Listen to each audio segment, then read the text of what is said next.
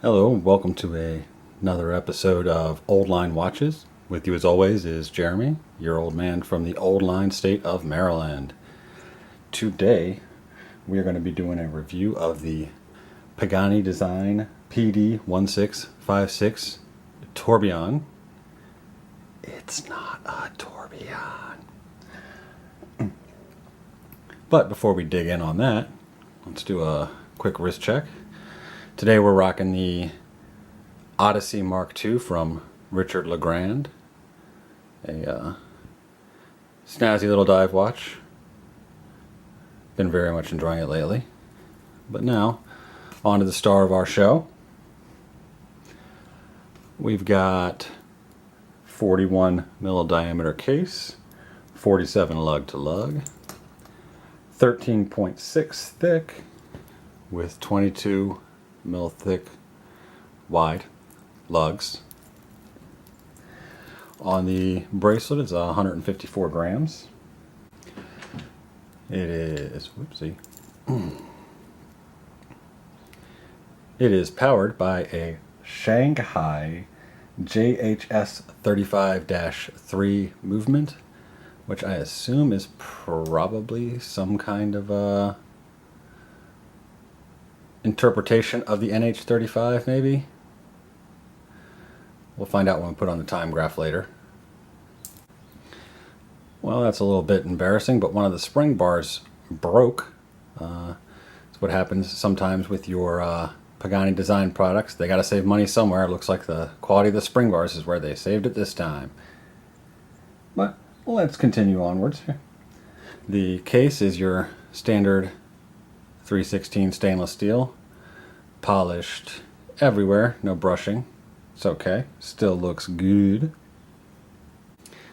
It's got a nice tight lug turn there, which helps it present well on smaller wrists. Always like that because it doesn't do anything bad for large ones either.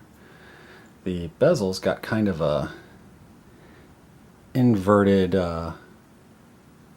arc here, which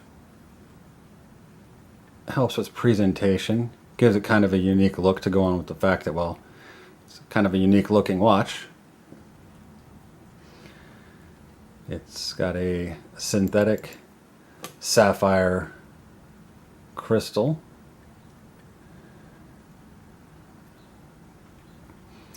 a printed signed crowned, not screw down. No ghost position though. So one thing to be said for the Shanghai movement, I guess. Got as we've seen, a nice exhibition case back, tagged by Pagani Design with a 100-meter water resistance. Pretty good for a non-screw down crown, but I don't know how much you want to trust the water resistance rating. Now on to the best parts of this, the dial.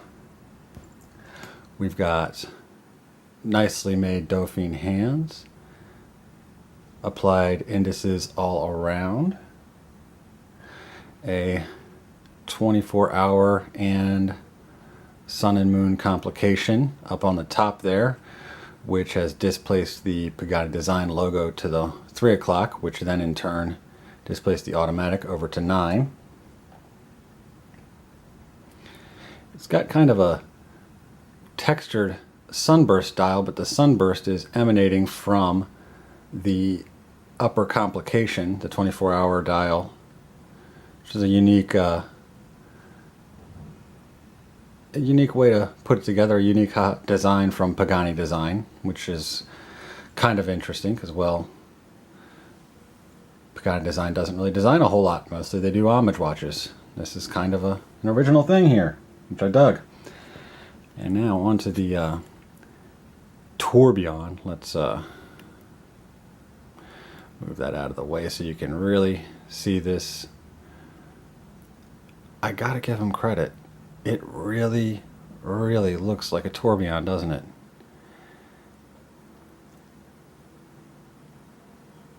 If it weren't, in fact, it's kind of hard to see, but you can See right there, the palette fork is in place. I have no idea if you'll be able to see this or not. But it's right there by my fingernail, and it does not move. The palette fork is just banging away in the exact same position instead of making a happy little trip around, which is what it would be doing with a real tourbillon. But it makes it for a really cool looking complication, and as far as doing a fakey tourbillon, it's really, really cool looking. I dig it. And before the spring bar broke, we were taking a look at the bracelet. It's a nice milled butterfly clasp. The actual 5-link bracelet, which actually has real links. It's actually really well made, except for what we're going to get into in a little bit on that, but that's for the end. Alright, who's ready for a loom shot? Oh, there is none. Moving on. Running at +7 seconds. Ridiculously good amplitude. Hard to say the beat error because we don't know what the lift angle is of this particular model, but all in all, that's pretty impressive for a no-name Chinese movement. That's pretty nice. I am impressed. Now, before we get into the wrist shot, we're going to run through the complaints real quick because I value my skin. The bracelet. No micro adjust, obviously, but no half links either. Makes the fitting a little bit difficult, but honestly, the bigger problem is the inside of this butterfly clasp. It is sharp. They did nothing at all to round the edges off on this thing. It sliced me up. I am not putting this thing back on my wrist. It's a shame. It's a nice bracelet, but no. Big old no. So we're gonna grab a nice little leather jobby here and from Overland Exchange, and we're gonna put this on and then we'll do a wrist shot. Alright. Something a little less bloody, but it is a nice comfortable fit. Looks good. Like I said, I mean, especially from Pagani, seeing something that looks kind of original is excellent. I'm pretty happy about that, to be honest with you. I also worked for a little while with Marine Nationale for a little more casual look, but I like this kind of sporty. Alright, well, I may or may not be doing a giveaway on this. We're going to find out if I add anything to the end of this video after this. Otherwise, this is Jeremy. Hey there, Jeremy here, interrupting the end of the video to let you know that yes, we are going to give this away. Even the mangly bracelet that will slice up your wrist is going to come with it too. Whether you choose to use it is entirely up to you. So, I was going to wait until I had a whole 10 subscribers to give it away, and I hit that today, so yay! So, in order to win this watch, all you have to do is like and comment. You don't even have to be a sub. Just like and comment, and sometime before next Friday I will do a drawing. I don't know.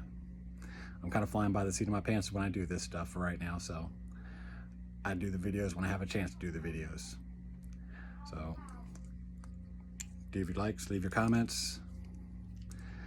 Good luck, and until next time, this is Jeremy, your old man from the Old Line State, signing off.